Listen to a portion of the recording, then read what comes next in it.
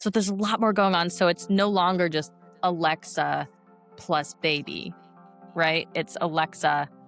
Now I'm like in parenting mode. Like it doesn't feel like Alexa mode. It feels like parenting mode, mother mode all the time. And I think that's part of the big identity shift, especially when you have 2 kids or multiple kids, is there's so much more going on. And so your identity shifts into that parenting mode for so long that's just embedded into who you are now. And you lose the individualistic parts of yourself because you can't do as much as just individual you anymore. Welcome to the Motherhood Clinic, a podcast about caring for mothers after childbirth, led by clinical experience and real-life stories.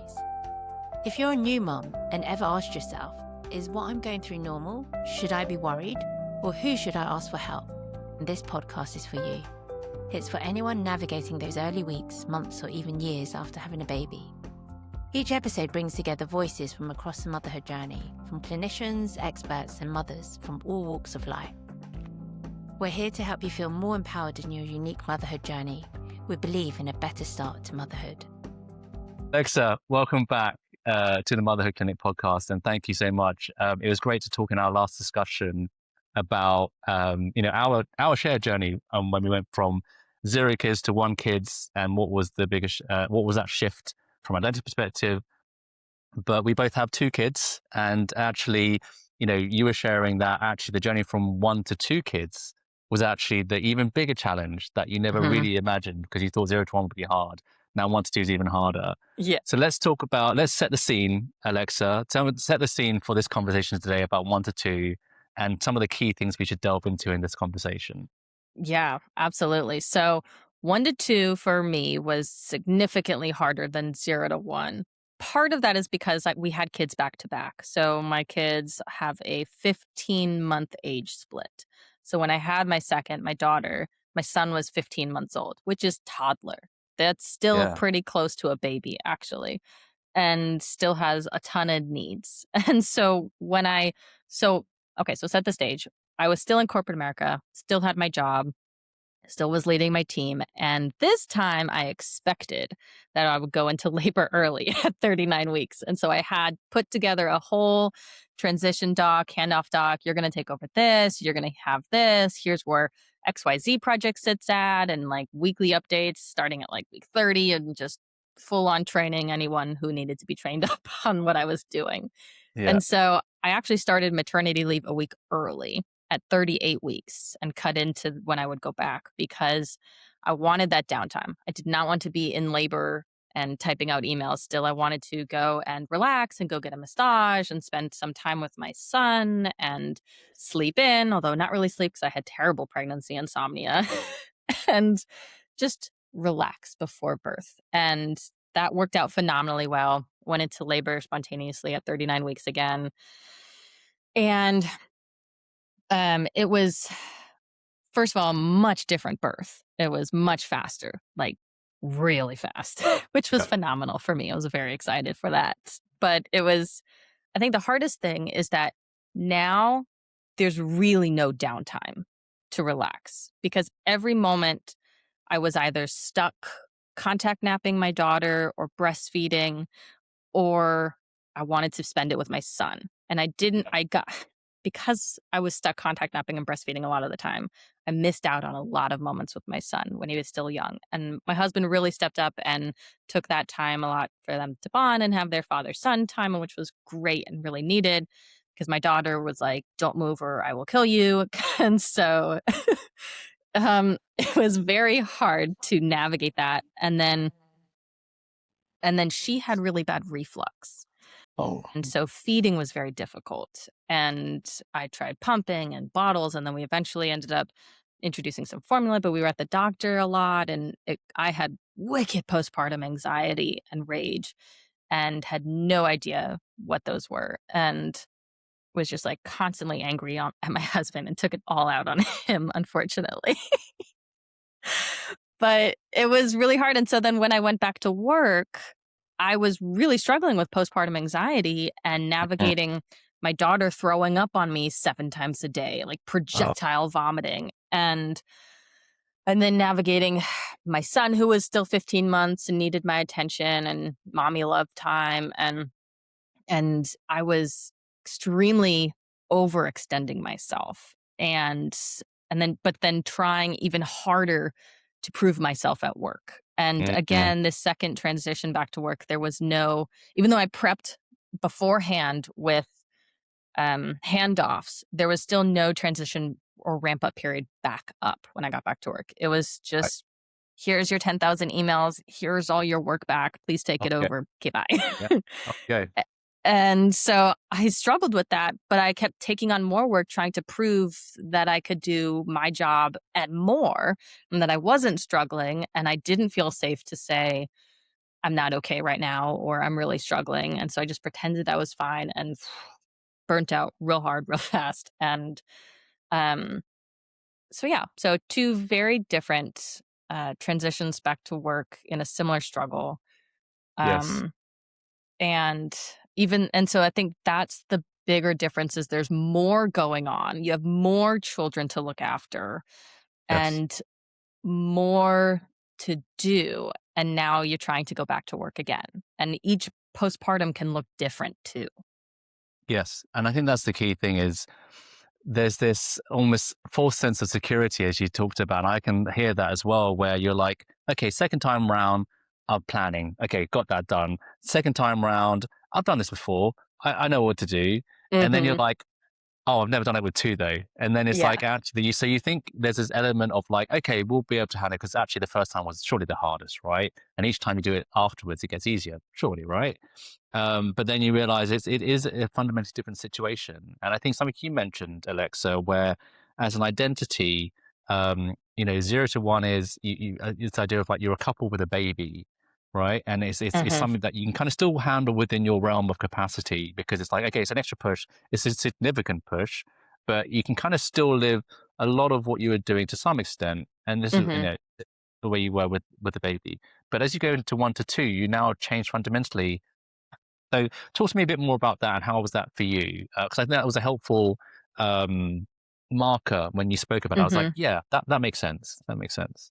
Yeah, absolutely. I mean, when I had one kid, I think we did for a while where like my husband would take him in the morning, for the first half of the day, and then I would take him in the afternoon. And so we could get stuff done half the day on the weekends. Whereas now with two kids, there is no break. I can't just go and take the second half of the day to myself. I mean, I could, but it would require solo parenting two toddlers, which is much harder than just managing one toddler. And so the lift to do that is harder. And so you end up both parenting kind of together. And so it really becomes parenting. It's not Mm, just, oh, I'm a mom to a child and yeah, I take him to Starbucks and I can go shopping and push him in the shopping cart at TJ Maxx. No, now it's like, okay, I have my hands full. I've got I think, okay, what does he need? What does she need? Where is he? Where did she go? What's he touching? What's she touching? Do I have my backpack? Who's gonna poop? Like who needs food now? So it's more chaos, yeah. more mental load also. I wouldn't even call it double the mental load. It feels like 4 times the mental load to deal with 2 children. And so there's a lot more going on. So it's no longer just Alexa plus baby, right? It's Alexa, now I'm like in parenting mode. Like it doesn't feel like Alexa mode. It feels like parenting mode, mother mode all the time. And I think that's part of the big identity shift, especially when you have 2 kids or multiple kids, is there's so much more going on. And so your identity shifts into that parenting mode for so long that that's just embedded into who you are now. And you Mm, lose the individualistic parts of yourself because you can't do as much as just individual you anymore. yeah. Um, and so that's sort of like a lot of the identity shifts that happen for mothers. Yes. Um, and certainly for me with 1 to 2. Yeah. Yeah. And so what is, I can definitely identify and empathize with that shift and that gravity of expectations and all this stuff coming at you. in your line of work, then, what are some of the keys then to trying to break that cycle, or what are some of the levers that you focus on to help people to take a pause, look at things in for what they are, but then start to shift that. I guess it starts with your psyche, right, with your Mhm. mental view of the world, and then some of the behaviors. What are some of the keys that you would talk to people about? Yeah. So I think the important part of this is to call it an evolution. And I always call it like a motherhood identity evolution. And part Yeah. of an evolution is grieving the old parts of you that don't fit anymore. It's not necessarily that you lost parts, it's that they don't fit or your lifestyle doesn't hold them anymore. So, like Mm. before kids, I loved to go running. I would go run for like 3 hours in the morning, have breakfast casually. And now I can't do that. I can't take 3 hours for myself to go running and then have breakfast casually. That's not a thing. And so I miss the freedoms that old life, old Alexa used to have. Yeah, Um, yeah. that's not necessarily part of my identity. That's the lifestyle and the freedoms Mm. of a lifestyle. And so it's recognizing, okay, what about my identity during that time period did I like? I loved that I was able to work out or exercise in some way. And so there's still ways I can do that, right? I can still do a 45-minute workout. And so it's acknowledging the shifts that you have. And so it's the evolution is acknowledging where you're going and then Mhm. what parts of yourself can you hold on to and grow with you. So Nice. for me it's been growing that workout, that exercise and strength into motherhood now is still part of my identity. It's just grown, it's evolved and looks a little bit different and acknowledging that that's okay that it looks different and it's just a Mm. season. When my kids are 7, 8 in primary school, that might look even more different, right? And so it's taking bits and pieces and watching them evolve and taking parts of your identity and seeing how they can fit today as an evolved version. Great. No, I love that, and this reflects a conversation I had, you know, with another. I had some with Matt Lowe. He's another dad. He runs something called the Dad Table, and we talked. Very similarly. There's a conversation around the identity shifts. There was the young, free, and single Matt, and then there's a married, Mhm.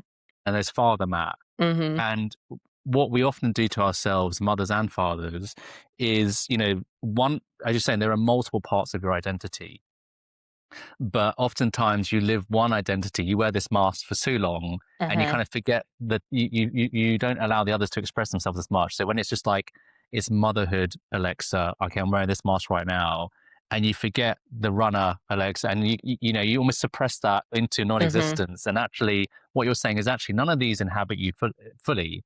It's about how do you evolve those? How do you dial up the little levers, Yep. right, that make up you to fit your situation, and that this is almost there is also a time limited aspect of this where oftentimes you feel like, oh my god, this is who I am now, and maybe Yeah. I'm not so keen on that, right? Because I do miss going out with the boys on a Friday, or I do miss my runs on the Saturday, and now you say you grieve that part of you because you think you've lost it. And the key thing I'm picking up is you haven't, it's not gone, but it's just changed. And I think that's you, I guess, accepting the situation that you are in, Mhm. and adjusting accordingly, as opposed to, and I've certainly been there, where you kind of almost want to reject the situation because it doesn't allow you the freedom that you used to have, and you kind of resent Mhm. that, right? And I Yeah. think that's a helpful reframing of again what you're feeling, right? Yeah. And it's normal. It's normal to resent or miss the freedoms that you used to have. That's completely normal.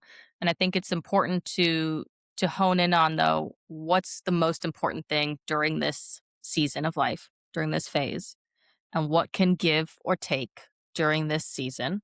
And that may look different in 2 years, in 3 years, in 6 months from now, right? A 6-month-old baby is very different than a 1-year-old baby. So especially in those beginning months, it looks so different. But honing in on what parts of my identity, what about my identity did I love when it was afforded that freedom to do Hmm. that? And how can I bring that into today? So let's say I'm really keen to dig into the the influences that impact, what we see as a more um, positive way to evolve versus ones that, I've certainly been there where actually you're going down in the doldrums. You're like, okay, this is not the way to deal with things. We've talked, we've talked clearly here about identifying those parts of your identity that you are a priority for you, and making time to understand how that evolves over time. Mhm. What else was key for you in amongst that journey to kind of coming back to, or evolving into the person that you wanted to be or want to be? I think it takes time, acknowledging that it takes time. You don't have to rush back into it at 3 months postpartum to think you're gonna have it all figured out and figured out who you are at 3 months postpartum or 6 months. It's okay, and my identity has certainly evolved from 6 months postpartum to today, Mm, 22 months, 21 months after my second baby. yeah, So, I wouldn't rush anything, and I wouldn't rush to think something's solidified either. good, And good. then the support that you have and the structural support that you have during that time is so important also, because if you have no support systems, if you have no help and you're maybe a single parent, or your partner works a lot and so you're managing both kids by yourself, if you don't have the mental bandwidth or the time physically to take a step back and think about yourself, or even go for a 10-minute walk alone or go work out for 45 minutes, it's much harder Mm, to recognize any sort of evolutions that you're going through. And so that yeah. support that you have or don't have really makes a difference as well. Yeah, two really important points there, Alexa, that I'd love to kind of come back to briefly. One, the idea, and I love to plan, right? I'm a planner. So again, when you have a problem, you want to you forecast into the future. How do you solve it? And that becomes your north star, that goal, right? And I think the biggest learning that the biggest trap I fell into was holding that as the North Star, as opposed to actually that's going to change, right? Hmm. But maybe, but it's the planning process is still a valuable one, right? That's a valuable one. Even if it does change, that doesn't mean you shouldn't do it. Right. Once you get there and you think you got what you want, that might change, and that might change on a monthly basis, a quarterly basis, a yearly, a week, daily basis. I don't know. Hopefully Totally. not. Yeah. But I think it's realizing there's value in that conversation, but there's also real value in understanding that it's probably going to change, and Hmm. not feeling too. Oftentimes, we hear new mothers talking about this sense of uncertainty, and having a goal gives you a sense of certainty, but Yeah. then being comfortable with the fact that that's also going to change, and that's also normal. So that's I think, a really helpful point to call out. And then secondly, again, the support. Um, and how do you maybe plan for that? Because yeah, maybe you are in a different country to friends and family, and you're in a new country Hmm. as you were, or as you are, and or maybe people are you didn't have people as close to you around you because they may be 1 or 2 hours away. But there are things you can do, either whether it's with your partner, planning how is it you want to do things. I've had a lot of people say that they wish they paid for a doula, or if they Yeah. can, something like that. So looking at your budget, or planning to have budget. So having the conversation with your partner to say, you know what, when we do go back to work, or from 1 to 2, or whatever that transition is, can we put some budget aside for me, or for Hmm. us? Not just me, right? Yeah. As a mother, this is to help us. If I have a doula to support us, or someone even just to clean the house, or we'll do some cooking, right? Um, can be such a undervalued, like when you don't have it and you do have it, it's light and day, right? Yeah. It really Um, is. and so I think, yeah, recognizing your situation, what support levers do you have? Maybe you are lucky to have your mum and in-laws around, and maybe you don't, but there's still things you can do to address that. And it's the intentional look at what is my support base right now. Hmm. And was that a similar journey for you? Like, was that something you had figured out as you went through it, or what was that like for you? It definitely looked different. So we didn't have family nearby, and occasionally my mom would come to visit for a week, every couple of months. But for the most part, my husband took over a lot of the cooking, and so that was very helpful. I had groceries delivered, which was so phenomenal and Mm, something I miss now. But that way I didn't have to go grocery shopping. I yeah. Uber Eats. I had a lot of food delivered sometimes, especially postpartum.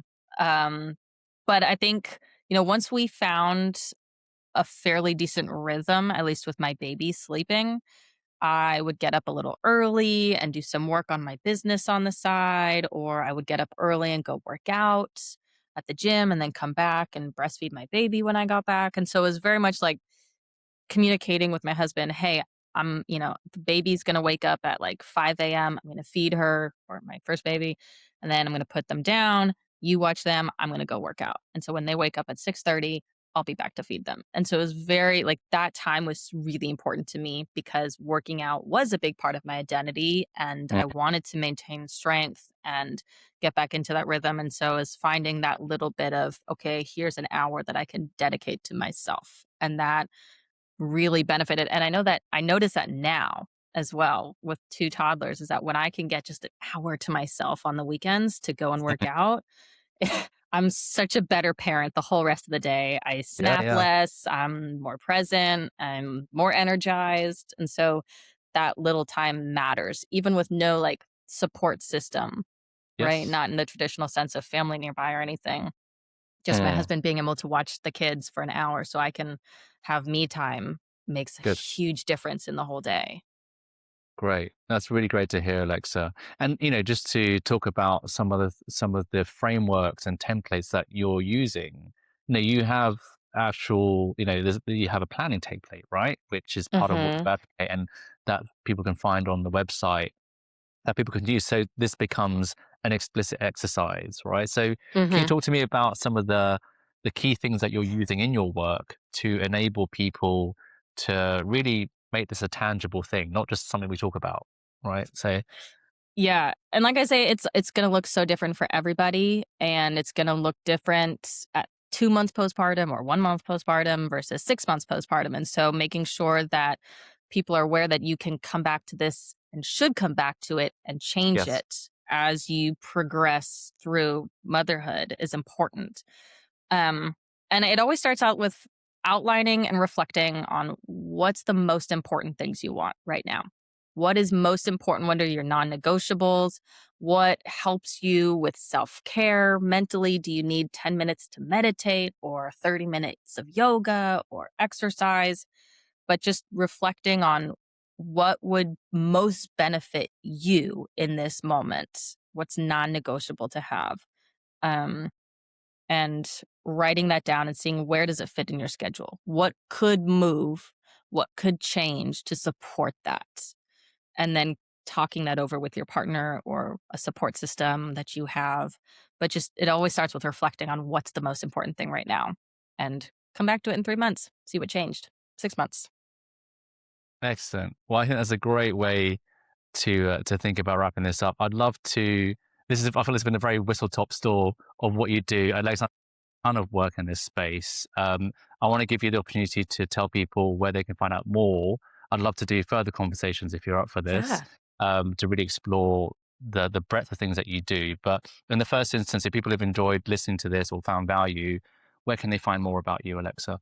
Yeah, absolutely. So you can go to my website, executivemoms.co. So that's .co. And that's moms with an O, as in the US version, not Yeah. mums. Yes. And my LinkedIn, I'm on LinkedIn at just Alexa Starks. I'm on Instagram at alexa.starks.